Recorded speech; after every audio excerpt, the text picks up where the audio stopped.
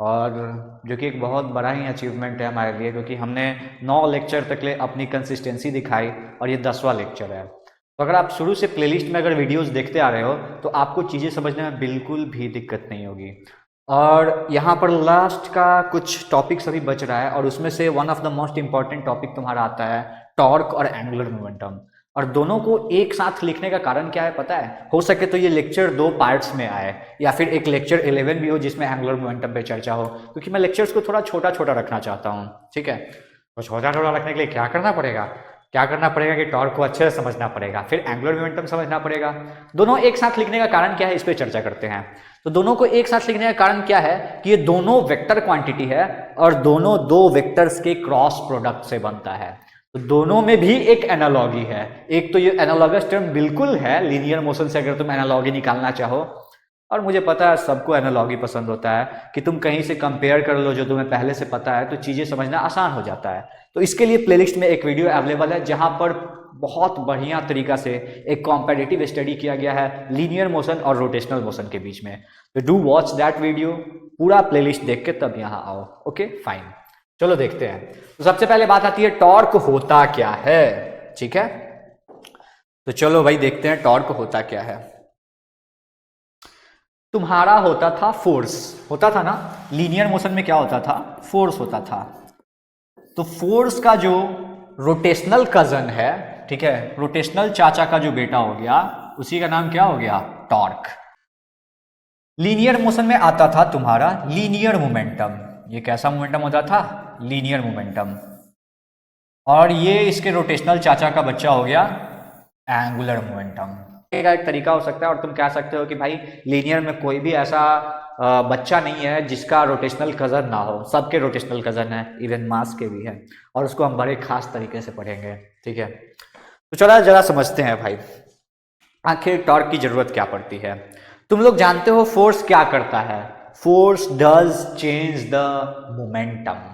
यानी अगर तुम किसी चीज पर फोर्स अप्लाई करते हो तो उसका मोमेंटम चेंज आता है। और सेकंड लॉ ऑफ मोशन तुमने देख रखा था, F equals to dp upon dt। वैसे यहां भी एक रिलेशन आने वाला है और हम इसी वीडियो में देखेंगे। वैसे ही यहां पर क्या होता है कि जब तुम टॉर्क लगाते हो, ठीक है, तो होता क्या है, तुम्हारा एंगुलर मोमेंटम चेंज होता है। यानी the work force does the same work torque does in case of rotational motion. Got it? Okay. तो चलो देखते हैं आगे। सबसे पहले बात आती है कि टॉर्क हम लोग कैसे समझ सकते हैं। तो कैसे समझ सकते हैं, देखो, जैसे मान के चलो ये एक पेन है, दिख रहा है।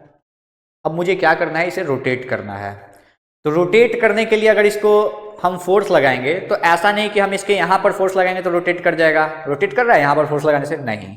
पता है क्यों? क्योंकि यहाँ पर इसका ऑलमोस्ट सेंटर ऑफ मास होगा, और इसके अलोंग अगर हम फोर्स लगाएंगे तो ये ट्रांसलेट करता है। यानी जब टॉर्क लगता है तो इसके साथ और भी चीजें जुड़ जाती हैं।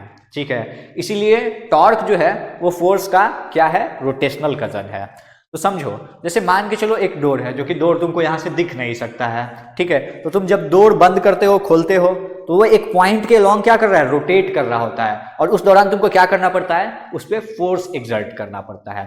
तो आओ जरा फोर्स को डिफाइन करते हैं सबसे पहले कि ये वेक्टर के फॉर्म में कैसे डिफाइन होता है। टॉर्क को डिफाइन करते हैं। तो टॉर्क जो है ना, उसका बड़ा खास रिप्रेजेंटेशन है, सुन के भी हंसी आएगी। इसको हम लोग टाउ से डिनोट करते हैं। तो टॉर्क हमारे ताऊ जी हुए हैं। ठीक है, तो टाउ जो होता है it is defined at vector product of r and F. F क्या हो गया तुम्हारा? एफ हो जाता है तुम्हारा फोर्स। एफ क्या हो जाता है तुम्हारा? एफ हो जाता है तुम्हारा फोर्स। और आर क्या हो जाता है? आर हो जाता है तुम्हारा पोजीशन वेक्टर। ठीक है, यानी जो टाउ होगा वो कहां लाई करेगा? आर और एफ जिस प्लेन में लाई करेगा उसके परपेंडिकुलर प्लेन में लाई करेगा। और यही तो होता है वेक्टर प्रोडक्ट के केस में कि आपका वेक्टर प्रोडक्ट जो होता है उसका डायरेक्शन क्या होता है? जिन दो वेक्टर्स का आप प्रोडक्ट लेते हो उसके प्लेन के परपेंडिकुलर डायरेक्शन में होता है। और इस पे मैंने शॉर्ट्स भी डाल रखा है, वीडियो भी डाल रखा है, और अभी तक तुमने अगर नहीं देखा है तो जाकर देखो। ओके, अब चलो, ये तो बात हो गई कि हम टॉर्क को डिफाइन कैसे करते हैं। तो torque is defined as r cross F, where r is position vector and F is force. अब चलो आगे जरा बढ़े।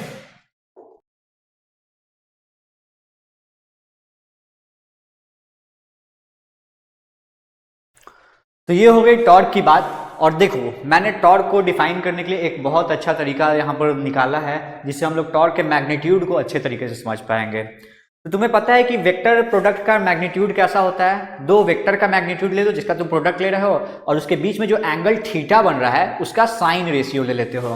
यानी बेसिकली अगर तुमसे कोई पूछे what is the magnitude of tau, तो टाउ जी का मैग्नीट्यूड क्या हो जाएगा? R F sine theta. ठीक है, where theta is the angle between r and F.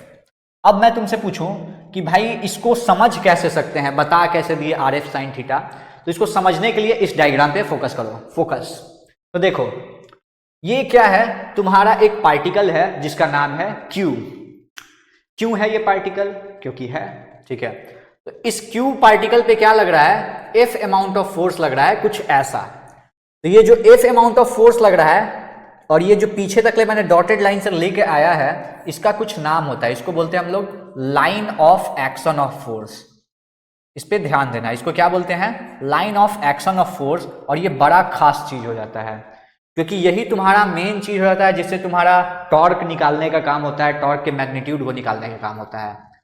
तो line of action of force के से देखोगे तो तुम्हारा जो क्यू पॉइंट है उस पे ये फोर्स लग रहा है और तुम देख रहे हो कि ये जो line of action of force है इससे तुम्हारा जो क्यू पॉइंट बन रहा है दैट मीन्स क्यू पॉइंट का कुछ पोजीशन वेक्टर होगा जिसको हमने आर मान रखा है। तो इन दोनों वेक्टर्स के बीच का एंगल कितना है? थीटा। तो वर्टिकली अपोजिट एंगल के हिसाब से ये भी क्या हो जाएगा? थीटा। अब बताओ क्या हुआ? तो ये तो थीटा आ गया तुम्हारा, ठीक है। लेकिन होता क्या है कि जब भी तुम टॉर्क निकालते हो तो उसमें हम लोग फोर्स लेते हैं और फोर्स का परपेंडिकुलर डिस्टेंस कितना है ऑरिजिन से उसका प्रोडक्ट लेते हैं और वही तुम्हारा क्या हो जाता है? टॉर्क का मैग्नीट्यूड हो जाता है। तो तुम इसको याद रख सकते हो अच्छे तरीके से समझने के लिए कि मैग्नीट्यूड ऑफ टॉर्क क्या होता है? ये होता है फोर्स और गुने परपेंडिकुलर डिस्टेंस। तो परपेंडिकुलर डिस्टेंस किस से? तो line of action of force से, इसको ध्यान रखना है। तो ये line of action of force से परपेंडिकुलर डिस्टेंस हो क्या जाएगा? तो यहां पर तुम लगाओ ट्रिग्नोमेट्री और तुमको पता चलेगा कि ये क्या होना चाहिए? R sine of theta. तो यही तो हो जाता है। इसको जरा रीअरेंज कर दो तो ये तुमको ऐसा दिखेगा, एफ आर साइन थीटा। मैं मैग्नीट्यूड लिख रहा हूं, इसमें ऐसा लिख सकते हैं, फिर बदल चलता है। तो ये आर साइन थीटा ही क्या है? तुम्हारा परपेंडिकुलर डिस्टेंस है और एफ क्या है? तुम्हारा फोर्स है, ठीक है। और ये जरूर याद रखना कि जब भी तुमको टॉर्क का मैग्नीट्यूड निकालना हो तो हम लोग हमेशा कौन सा डिस्टेंस लेते हैं? Line of action of force से परपेंडिकुलर डिस्टेंस लेते हैं। और इससे रिलेटेड एनसीईआरटी में कुछ क्वेश्चंस हैं जिसको हम लोग कभी ना कभी डील करेंगे ही, ठीक है। तो वो इसी तरह से निकलने वाला है। Got it? चलो अब समझो, जैसे तुम्हारा फोर्स और मोमेंटम में एक रिलेशन होता था, लीनियर फोर्स और मोमेंटम में एक रिलेशन आता था और लीनियर फोर्स और मोमेंटम के बीच का रिलेशन तुम्हारा क्या था? बहुत अच्छा रिलेशन था, बहुत अच्छे रिश्ते थे इन दोनों के बीच में। F equals to d p upon d t, ऐसा कुछ था, है ना। सेम वे में यहां भी एक रिलेशन तुमको मिलेगा टाउ के बीच में और यहां पर जो लीनियर मोमेंटम होता था यहां पर एंगुलर मोमेंटम आ जाता है और उसको हम किससे डिनोट करते हैं? L से। तो यहां भी तुमको एक ऐसा रिलेशन मिलने वाला है और इसे मैं बताऊंगा, ओके, कि tau equals to d L upon d t कैसे आ जाता है। फाइन। अब जैसे टॉर्क की बात आई थी तो टॉर्क के यूनिट की बात कर लें, यूनिट ऑफ टॉर्क। तो यूनिट ऑफ टॉर्क क्या होना चाहिए? देखो तो जरा, तो यूनिट ऑफ टॉर्क क्या होना चाहिए? किस किस का मल्टीप्लाई हो रहा था? टॉर्क का मैग्नीट्यूड क्या आ रहा था? Are F sine theta. तो फोर्स का यूनिट क्या होता है? न्यूटन। और आर का यूनिट पोजीशन ही है भाई, ये बेसिकली आर पोजीशन वेक्टर है। मैग्नीट्यूड क्या होना चाहिए? मीटर में ही होना चाहिए। तो आपका जो टॉर्क है उसका मैग्नीट्यूड क्या हो जाएगा? उसका यूनिट क्या हो जाएगा? कट टॉर्क का यूनिट क्या हो जाएगा? न्यूटन मीटर या फिर एनएम। तो unit of torque is N m, newton metre. बहुत लोग इसको कंफ्यूज कर लेते हैं आपके जूल से, तो उसमें ध्यान में रखना है कि जूल से इसको बिल्कुल भी कंफ्यूज नहीं होना है। जूल में भी आता है तुम्हारा न्यूटन भी रहता है, मीटर भी रहता है, लेकिन उससे कंफ्यूज नहीं होना है। पता है क्यों? क्योंकि जूल एक स्केलर क्वांटिटी है और टॉर्क स्केलर क्वांटिटी नहीं है, torque is a vector quantity. तो यहां जो एनएम है उसको जूल से कंफ्यूज नहीं होना है। Got it? फाइन। अब देखो, जैसे तुमने यहां पर टॉर्क पढ़ा ना, वैसे ही एक स्पेशल टाइप का चीज हमें पढ़ना होता है। टॉर्क को एक स्पेशल नाम से जानते हैं, इसको हम लोग we also call it movement of force. इसको हम लोग क्या नाम से जानते हैं? Movement of force. यानी जब तुम टॉर्क निकालते हो, दैट मीन्स टाउ निकालते हो, तो इस टाइम में तुम क्या कर रहे होते हो, फोर्स का तुम मोमेंट कैलकुलेट कर रहे होते हो। ऐसे ही एक और चीज आता है, उसको हम लोग बोलते हैं मोमेंट ऑफ कपल। तो ये एक्चुअल में कपल का मोमेंट नहीं है, यहां पर कपल तो है बट ये फोर्सेस का कपल है। बिल्कुल ही आपको जोड़े में मिलने वाले हैं चीज, और लेकिन यहां पर कपल लोगों का नहीं है, बस फोर्सेस का है। तो कपल का मतलब क्या है, पेयर ऑफ फोर्सेस। यहां कपल का क्या मतलब हो जाएगा, पेयर ऑफ फोर्सेस। यहां पर एक सिंगल फोर्स था, उसका हम मोमेंट निकाल रहे थे, और कपल, मोमेंट ऑफ कपल का मतलब हो जाता है Indeed it is a type of torque, but जो फोर्सेस यहां पर इन्वॉल्व होंगे वो यहां पर जोड़े में रहेंगे। तो अब देखो क्या होगा, तो यहां पे जो फोर्सेज होते हैं वो इक्वल इन मैग्नीट्यूड होते हैं। Forces are equal in magnitude, ठीक है। यानी अगर दो फोर्स लग रहा है, एक का नाम F1 है, दूसरे का नाम F2 है, तो दोनों का मैग्नीट्यूड क्या होगा, सेम होगा, और उसको हम लोग क्या कर सकते हैं, F मान सकते हैं, है कि नहीं। और इसका हमको क्या करना रहता है, मोमेंट निकालना होता है। तुम देखते हो, तुमको एक गाड़ी चलाना है ना, तो तुम स्टीयरिंग को ऐसे घुमाते हो, है ना, एक तरफ फोर्स लगाए घूम गया बढ़िया, लेकिन दोनों हाथ से अगर तुम अच्छे से काम करोगे तो इसको फर्दर घुमाते रह सकते हो, है ना। तो इस दौरान क्या हो रहा है, तुम दो फोर्स लगा रहे हो, एक इस डायरेक्शन में लग रहा है, दूसरा इस डायरेक्शन में लग रहा है, और ये दोनों फोर्स का मैग्नीट्यूड सेम हो जाए और दोनों अपोजिट डायरेक्शन में लगने लगे, तो इसी को हम लोग क्या बोल देते हैं, कपल बोल देते हैं। तो चलो देखो हम समझते हैं इसको। जैसे ये एक डंडा हुआ, रड मान लो, ठीक है। इस डंडे पे क्या लगा, दो फोर्स लग रहे हैं, ठीक है। एक तुम्हारा इस डायरेक्शन में लग रहा है और दूसरा तुम्हारा इस डायरेक्शन में लग रहा है, और खास बात क्या है कि दोनों का मैग्नीट्यूड सेम है, तो दोनों को F ही कह दें, कोई दिक्कत नहीं होना चाहिए, ठीक है। तो दोनों को F ही कह देते हैं, दोनों अपोजिट डायरेक्शंस में लग रहे हैं, और इसका जो एक्सिस ऑफ रोटेशन है वो दे रखा है, ठीक है। इसी के अलोंग हम इसका एक्सिस ऑफ रोटेशन लेंगे, और अगर इस पे जो फोर्सेस लगेंगे वो इसको रोटेट किस तरह से करेंगे, कुछ इस तरह से मान के चलो इसको रोटेट कर रहा होगा, ठीक है। बढ़िया, बहुत बढ़िया। अब डिस्टेंसेस मान लो, डिस्टेंसेस कितना कितना दे रखा है, ठीक है। तो अब देखो ये क्या है तुम्हारा, ये तुम्हारा सेंटर मान के चले हो ना, ऑरिजिन मान के चले हो, और यहीं से तुम डिस्टेंसेस लोगे। तो भाई जब ये ऑरिजिन मान के चले हो तो इसके कोऑर्डिनेट क्या होंगे, 0 0। मान के चलो ये r डिस्टेंस पे है एक चीज, ठीक है, तो इसका कोऑर्डिनेट क्या हो जाएगा, r0। और दूसरा वाला कहाँ पे है, दूसरा वाला भी r डिस्टेंस पे मान लो, तो इसका कोऑर्डिनेट हो क्या जाना है, -r0। ओके। तो अब जरा तुम इसमें टॉर्क कैलकुलेट करके मुझे बताओ। Moment of force he calculate करना है यहां पर, और कुछ नहीं है। बस ये मोमेंट किस टाइप का है, कपल के लिए मोमेंट निकाल रहे हो, यानी फोर्सेस किस चीज में है, जोड़े में है। ओके। तो यहां पर तुम अगर देखना चाहो टॉर्क, टोटल टॉर्क, इसको मोमेंट ऑफ कपल के लिए हम टाउ सी कह देते हैं। टाउ जी कहेंगे अच्छा लगेगा, चलो टाउ जी ही मान लेते हैं। इसका कोई रीजनल कारण नहीं है, लॉजिकल रीजनिंग नहीं है कि हम इसको टाउ जी क्यों कह रहे हैं, बस रिस्पेक्ट देने के लिए टाउ जी कह दिया। ओके। तो टाउ जी की वैल्यू क्या हो जाएगी, यहाँ क्या करोगे अब तुम, तो अब तुमको दिख क्या आ रहा है, ये दोनों जुड़ जाने वाला है, तो ये क्या हो जाएगा 2FR, यानी बेसिकली क्या आने वाला है, F टाइम्स 2R, ऐसा ही आ रहा है। तो 2R क्या है, यहाँ पे 2R क्या है, इसको तुम कह सकते हो कि ये डिस्टेंस बिटवीन द कपल्स है, यानी ये कपल के बीच का क्या है, डिस्टेंस है, ठीक है। और ये फोर्स क्या है, कपल फोर्स का मैग्नीट्यूड है। तो बेसिकली जब भी तुमको कपल निकालना होता है तो उसके लिए इस पॉइंट का मुहताज नहीं होता है, होना रहता है कि जिस पॉइंट के अलोंग तुम ये सारा फोर्सेस कैलकुलेट कर रहे हो या फिर ये सारे डिस्टेंसेस कैलकुलेट कर रहे हो, उस पॉइंट का मुहताज नहीं रहना पड़ेगा। तुमको बस क्या करना है, तुमको बस इस बात को जानना है कि फोर्सेस कितने लग रहे हैं और उन फोर्सेस के बीच का जो डिस्टेंस है वो कितना हो रहा है। यानी कपल तुमको निकालना है तो सीधा सीधा किस चीज पे डिपेंड करने वाला है, तुम्हारा फोर्स का मैग्नीट्यूड कितना है और वो दो फोर्सेस जो कपल फोर्सेस है उनके बीच का डिस्टेंस कितना होने वाला है। जैसे इस केस में ये क्या है 2R, तो 2R डाल दो, तुम्हारी कपल क्या बोलते हैं, मोमेंट ऑफ कपल यहाँ पे निकल जाएगा, and that's your moment of couple का मैग्नीट्यूड। गॉट इट, बढ़िया। अब आगे बढ़ते हैं। तो अब हम एक खास चीज जानने वाले हैं जो मैंने पहले नहीं बोला था बट अब हम बोल रहे हैं, तो अब उसको जानना है यहाँ, और वो ये है equilibrium of a rigid body. ये बड़ा ही इंपॉर्टेंट टॉपिक है, ठीक है। क्या है, equilibrium of a rigid body, यानी एक रिजिड बॉडी में इक्विलिब्रियम कैसा होगा।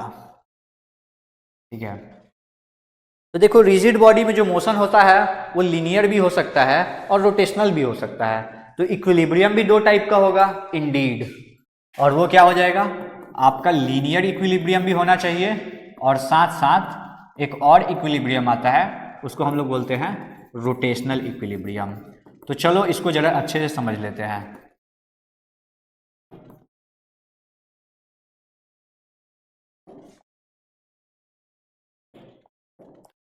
लीनियर इक्विलिब्रियम में क्या होगा समझो, कोई चीज लीनियर इक्विलिब्रियम का मतलब है, इसका मतलब क्या है, जैसे मान के चलिए मैग्नेटिक पेन लीनियर इक्विलिब्रियम में है, तो मैं इधर खींच रहा हूं नहीं खींचा जा रहा है, पता है क्यों, क्योंकि इधर जितना फोर्स लगा रहे हैं उतना इधर से फोर्स लगा हुआ है। तो ये अपवर्ड और डाउनवर्ड में अगर सेम फोर्स लग गया तो ये इसका अपवर्ड और डाउनवर्ड मोशन रिस्ट्रिक्ट हो गया। फिर अगर लेफ्ट साइड जितना फोर्स लग रहा है उतना राइट साइड लगा हुआ है, तो इसमें भी क्या हो गया, तुम्हारा यहां भी इक्विलिब्रियम बन गया, लेफ्ट साइड फोर्स और राइट साइड का फोर्स इक्वल हो गया, तो इस साइड भी मोशन नहीं कर सकता, यानी इसका हॉरिजॉन्टल और वर्टिकल मोशन तुमने इस तरह से बंद कर दिया। उसी तरह से सारे एक्सिस में, यानी एक्स डायरेक्शन में जो फोर्सेस लग रहे हैं उनका सम होके जीरो हो जा रहा है, वाई डायरेक्शन में जो फोर्सेस लग रहे हैं उनका सम होके जीरो हो जा रहा है, जेड डायरेक्शन में जो फोर्सेस लग रहे हैं उनका सम होके जीरो हो जा रहा है। तो हम लोग कहेंगे कि आपका जो ऑब्जेक्ट है या फिर रिजिड बॉडी है वो लीनियर इक्विलिब्रियम में है। ठीक है, और इस पे मैंने क्वेश्चन भी कर रखे हैं, इसी चैनल पे एक वीडियो अवेलेबल है, एग्जाम्पल नंबर मुझे पता नहीं, एनसीईआरटी का एग्जाम्पल है जिसमें इक्विलिब्रियम ऑफ फोर्सेस पे चर्चा हुई थी, वो पुली उली से रिलेटेड था। ठीक है, तो इक्विलिब्रियम लीनियर इक्विलिब्रियम के लिए क्या केस हो जाएगा, सिग्मा एफ एक्स जीरो कर दो, सिग्मा एफ वाई जीरो कर दो और सिग्मा एफ जेड की जीरो कर दो। और अगर तुमको न्यूमेरिकल प्रॉब्लम के लिए अप्रोच करना है तो उसके लिए एक निंजा टेक्निक भी यहाँ पर अवेलेबल है, और वो निंजा टेक्निक क्या है, तुमको करना क्या है कि अपवर्ड जो फोर्स है उसको तुम डाउनवर्ड फोर्स के बराबर कर दो, जो राइट वाला फोर्स है उसको तुम लेफ्ट वाले फोर्स के बराबर कर दो, तुम्हारा काम खत्म, लीनियर इक्विलिब्रियम का केस उड़ गया। यही तो है, अगर तुमको न्यूमेरिकल अप्रोच करना है लीनियर इक्विलिब्रियम के लिए तो तुम क्या कर सकते हो, इस वाले निंजा टेक्निक को फॉलो कर सकते हो और चैनल को सब्सक्राइब भी कर सकते हो। ठीक है, दूसरी बात रोटेशनल इक्विलिब्रियम। रोटेशनल इक्विलिब्रियम में क्या होता है, तो रोटेशनल इक्विलिब्रियम जैसे लीनियर इक्विलिब्रियम पे चर्चा की है कि वो मोशन नहीं कर पा रहा है लीनियर टाइप का motion because of the balanced forces. In similar manner in case of rotational equilibrium ये रोटेशन नहीं कर पाएगा बिकॉज ऑफ द टॉर्क्स, यानी इस पे टॉर्क्स लग रहे हैं और टॉर्क्स कुछ इस प्रकार का बैलेंस यहां पर क्रिएट कर रहा है कि ये रोटेशन नहीं कर पा रहा। जैसे मान के चलो मैं इसे इधर से घुमाना चाह रहा, लेकिन यहां से एक फोर्स इस डायरेक्शन में लग रहा है, दैट मीन्स यहां से एक टॉर्क इस डायरेक्शन में लग रहा है। तुम इधर से इसको घुमाना चाह रहे हो लेकिन यहां से पहले से एक टॉर्क लगा हुआ है, यानी दोनों साइड का टॉर्क अगर बराबर हो जाए, यानी क्लॉकवाइज टॉर्क और एंटी क्लॉकवाइज मान के चलो अगर बराबर हो जाए एक केस में, तो ये मूवमेंट नहीं कर पाएगा, ये रोटेट नहीं कर पाएगा। तो in that case we will say that कि आपका जो ऑब्जेक्ट है रिजिड बॉडी है वो रोटेशनल इक्विलिब्रियम में है। तो आप इसके लिए क्या लिख सकते हो, इसके लिए जो केसेस आएंगे वो क्या आ जाएंगे, टाउ एक्स जीरो कर दो, टाउ वाई जीरो कर दो और टाउ जेड भी जीरो कर दो। फाइन, सबको जीरो कर दो, ये हो गया तुम्हारा रोटेशनल इक्विलिब्रियम का केस। और इसके लिए तुम न्यूमेरिकल अप्रोच कैसे लगा सकते हो, तो उसका तरीका है, सबका तरीका है भैया, एंटी क्लॉकवाइज टॉर्क को क्लॉकवाइज टॉर्क के बराबर कर दो, काम खत्म। और ये तुम्हारा पूरा रोटेशनल इक्विलिब्रियम, लीनियर इक्विलिब्रियम, पूरा equilibrium of a rigid body का काम यहां पर खत्म। अब एक प्रॉब्लम कर लेंगे तो मस्त सी क्लैरिटी आ जाएगी। तो चलिए शुरू करते हैं। ठीक है, मैं कपड़ा खोज रहा था इसे मिटाने के लिए, कोई नहीं, एक क्वेश्चन करते हैं बढ़िया सा। ठीक है, एक तो यहां पर एक बढ़िया सा क्वेश्चन दे रखा है, एक कार दे रखा है जिसकी मास दे रखी है 1500 kg और बता रखा है कि इसके आगे वाले चक्के और पीछे वाले चक्कों के बीच की दूरी 2 मीटर है। और फिर एक बात और बता रखा है कि इसका जो सेंटर ऑफ मास है वो 1.5 मीटर दूर है फ्रंट वाले व्हील से। ये फ्रंट वाला व्हील है और ये रियर वाला व्हील है। ठीक है, तो फ्रंट वाले व्हील से 1.5 मीटर दूर सिचुएटेड है। तो आपको क्या करना है, नॉर्मल रिएक्शन फोर्स कैलकुलेट करना है हर चक्के के द्वारा। तो चलो जरा इस पे काम करते हैं। ठीक है, तो सबसे पहले देखो इसका फ्रंट व्हील और रियर व्हील के बीच की दूरी कितनी है 2 मीटर, और इसके सेंटर ऑफ मास कहाँ सिचुएटेड है, कुछ 1.5 मीटर दूर फ्रंट व्हील से, यानी यहां पर कहीं इसका सेंटर ऑफ मास सिचुएटेड होगा, यानी यहां पर क्या लग रहा होगा, इसका वेट फोर्स लग रहा होगा, और वेट फोर्स कितना होगा, मास और टाइम्स 10 कर दो, इतना ही न्यूटन लग रहा होगा। दैट मीन्स इसको हम लोग क्या लिख सकते हैं, 15,000 न्यूटन। अब देखो फ्रंट व्हील जो होगा वो तुम्हारा क्या करेगा, एक रिएक्शन फोर्स देगा, और तुम्हारा जो बैक व्हील होगा यानी जो रियर व्हील होगा वो भी क्या देगा, एक रिएक्शन फोर्स देगा। तो देखो ये क्या क्या दे रहा है, मान के चलो इसको NF मान लो और इसको क्या मान लो, NR मान लो। अब चलो इस पे काम करते हैं। इक्विलिब्रियम के केस में क्या होगा, ठीक है, यहां पर दे रखा है कि इक्विलिब्रियम के केस में तुमको ये सारा कुछ निकालना है। तो इक्विलिब्रियम के केस में क्या होगा, तो लीनियर इक्विलिब्रियम के लिए तुम क्या जानते हो, लीनियर इक्विलिब्रियम के लिए तुमको क्या पता है, तो लीनियर इक्विलिब्रियम के लिए क्या होना चाहिए, तो लीनियर इक्विलिब्रियम के लिए मैंने बता रखा है न्यूमेरिकल अप्रोच के लिए सबसे बढ़िया काम क्या है कि अपवर्ड फोर्स डाउनवर्ड फोर्स के बराबर कर दो। अपवर्ड फोर्स कितना है, दो गो, एक है NF और दूसरा क्या है NR, और इनकी वैल्यू डाउनवर्ड फोर्स के बराबर कर दो। ये किसके बराबर है, W के बराबर, और बबलू का भाई W के वैल्यू कितनी है 15,000 न्यूटन। तो ये पहला इक्वेशन हो गया। अब उसी तरह से तुम क्या कर सकते हो, उसी तरह से तुम देख सकते हो रोटेशनल इक्विलिब्रियम के लिए केस, और रोटेशनल इक्विलिब्रियम के लिए क्या हो जाएगा, रोटेशनल इक्विलिब्रियम के लिए मैंने बताया tau clockwise equals to tau anti clockwise कर दो। तो टाउ क्लॉकवाइज एंटी क्लॉकवाइज जानने का सबसे बढ़िया तरीका मैं तुम्हें बता रहा हूं कि क्या करो, जो ये फोर्सेस दिख रहे हैं इसे तुम एक लाइन निकालो और सेंटर ऑफ मास से कनेक्ट कर दो। इसका डायरेक्शन इधर है, इसका डायरेक्शन इधर है, ठीक है। तो क्लॉकवाइज कौन हुआ, एंटी क्लॉकवाइज कौन हुआ, समझो घड़ी के डायरेक्शन में ये है तो ये क्या हो गया क्लॉकवाइज, घड़ी के अपोजिट डायरेक्शन में ये है तो ये क्या हो गया एंटी क्लॉकवाइज। तो चलो देखते हैं, तो टाउ क्लॉकवाइज को देख लेते हैं पहले। तो टाउ क्लॉकवाइज के लिए हम क्या लिखेंगे, फोर्स और times perpendicular distance, force times perpendicular distance, और परपेंडिकुलर डिस्टेंस यहां कितना है NF से, NF का सेंटर ऑफ मास से 1.5 मीटर, तो 1.5 मीटर इक्वल्स क्या करोगे, अब एंटी क्लॉकवाइज वाला टॉर्क लोगे, तो एंटी क्लॉकवाइज वाला टॉर्क की वैल्यू क्या हो जाएगी NR, और टाइम्स ये कितना हो जाएगा, दो में से डेढ़ गया, कितना आया 0.5 मीटर, यानी बैक व्हील की जो डिस्टेंस रियर व्हील की डिस्टेंस है सेंटर ऑफ मास से वो कितनी है 0.5 मीटर। यही तो परपेंडिकुलर डिस्टेंस है इन दोनों के केस में। अब इसको अगर सॉल्व करोगे तो यहां पर आ जाएगा, इसको तुम काट कूट करोगे तो क्या आ जाएगा, इसको तुम 3 लिख सकते हो काट के, इसको क्या लिख सकते हो 1 लिख सकते हो, है ना। यानी जो तुम्हारा NR है वो किसके बराबर है 3 टाइम्स NF के बराबर है, और ये कहने में बिल्कुल भी दिक्कत नहीं है। तो ये तुम्हारा क्या आ गया, दूसरा वाला इक्वेशन आ गया। अब तुम इसको पुट कर दो, इसमें तुम्हारी वैल्यूज आ जाएंगी। तो पुट करो, दूसरे रंग से कर देते हैं, अच्छा लगेगा, है ना, तो करते हैं ना। चलो किससे करें, ग्रीन से करते हैं। देखो तो पुट करें तो NF प्लस NR की वैल्यू क्या है 3NF, और आ क्या जाएगा 15,000 न्यूटन, यानी 4NF इक्वल्स 15,000 न्यूटन। तो NF की वैल्यू क्या आ जाएगी 15,000 बट्टे 4, और 15,000 बट्टा 4 करोगे कितना आएगा पता नहीं, देखते हैं कितना आने वाला है। तो 150 को काटो ना यार, 75 आ गया, 75 का आधा करोगे कितना हो जाएगा 37 दूना 74, 37.5 गुने 100 कर दो तो कितना आएगा 37, 375, 3750 आना चाहिए आई गेस। गड़बड़ हो गया क्या, 3 चौका 12, 7 चौका 28, ठीक है 14,800, 5 चौका 20, ठीक है। तो ये कितना आ जाएगा 3750 न्यूटन।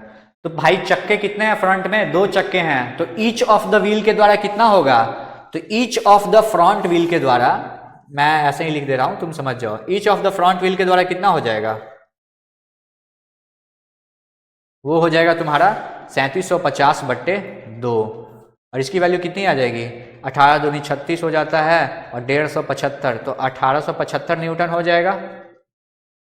उसी तरह से रियर वाले के लिए तुम कैलकुलेट कर सकते हो, इक्वेशन में बस पुट कर देना है, रियर वाले के लिए वैल्यू आ जाएगी, और रियर वाले की जो वैल्यू आएगी वो तुम कमेंट में डालोगे। फाइन, तो this was a very good question of equilibrium of forces. Got it? If you got it then subscribe the channel. Okay, चलो इसे मैं अपना एक अच्छा सा तो आज के वीडियो में बस इतना ही, क्योंकि ये वीडियो काफ़ी ज़्यादा लंबा जा रहा है और हमने इसमें टॉर्क को देखा, equilibrium of a rigid body देखा जिसमें लीनियर और रोटेशनल इक्विलिब्रियम को हमने डिस्कस किया, कपल को देखा यानी मूवमेंट ऑफ कपल को देखा और इतना सारा कुछ देख लिया। अब नेक्स्ट वीडियो में हम ट्राई करेंगे कि उसमें एंगुलर मोमेंटम को डालेंगे। Fine. If you find this video really helpful, then subscribe the channel, like the video and share it with your friends to share the benefit of this video. Till then, peace off.